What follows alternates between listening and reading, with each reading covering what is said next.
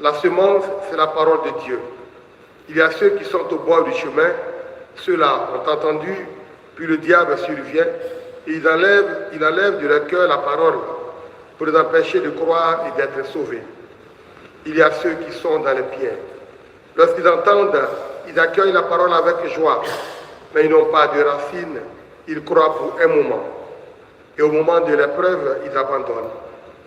Ce qui est tombé dans les ronces, ce sont les gens qui ont entendu, mais qui sont étouffés, chemin faisant, par les soucis, la richesse et les plaisirs de la vie, et ne parviennent pas à maturité.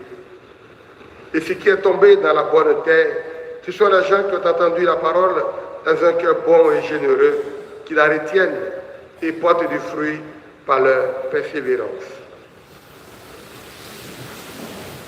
Acclamons la parole de Dieu.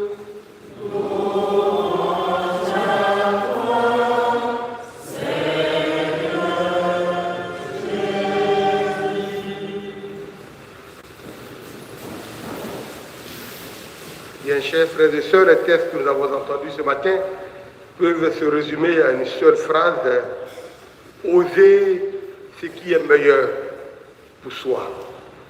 Oser ce qui est meilleur. C'est-à-dire la capacité d'une vie nouvelle, d'un changement, la capacité de ce qui est meilleur est une exigence de la vie humaine, mais aussi une exigence de la vie chrétienne. Humainement, l'homme ne peut pas rester stable sans qu'il y ait de retournement dans sa vie, sans qu'il soit capable de regarder, de laver, de sécher, de remuer, d'alimenter, de nourrir, de laisser tomber. Ce sont les effets de la vie humaine.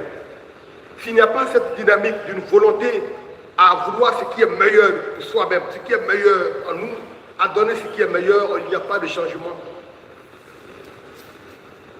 On sème et on récolte ce qui est meilleur. Mais pour qu'il y ait une récolte meilleure, cela demande de nous de l'audace, de la persévérance et de la volonté. Et c'est pareil pour la vie chrétienne. On ne peut pas rester là, comme ça, figé comme une villa inachevée, et ne pas bouger. Ce n'est pas possible. On ne peut pas demeurer éternellement dans une situation stable de la vie chrétienne. La vie spirituelle, il y a des niveaux. Il y a une montée vers ce qui est parfait, vers ce qui est l'idéal, vers ce qui est excellent. On ne reste pas là. Et chez nous, on dit, à force de vouloir se baigner au rivage de la mer, on finit par avoir le sable dans les cheveux. Il faut aller au large. Il faut aller au large. Et c'est cela qui nous a donné la parabole de ce matin. On est capable d'accueillir, mais on est capable de faire fructifier ce qu'on a accueilli. Et par les capacités que nous avons, capacité humaine, capacité spirituelle, il y a trop de gâchis dans la vie de chacun de nous. Trop de gâchis.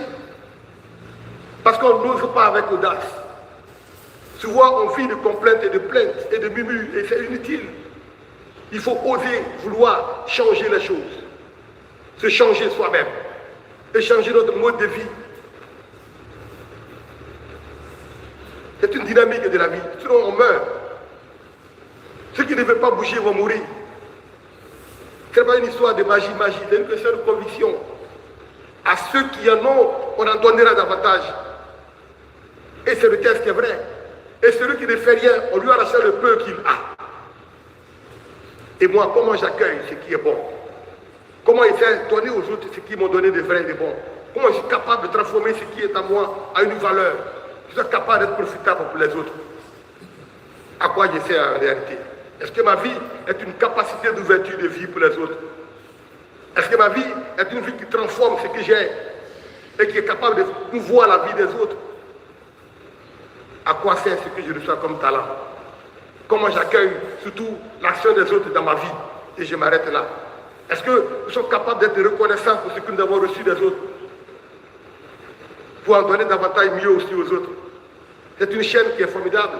On reçoit, on la transforme et on la fait vivre avec les autres. Autrement, c'est la mort. On ne ressuscitera pas si nous restons dans une dynamique de celui qui ne bouge pas.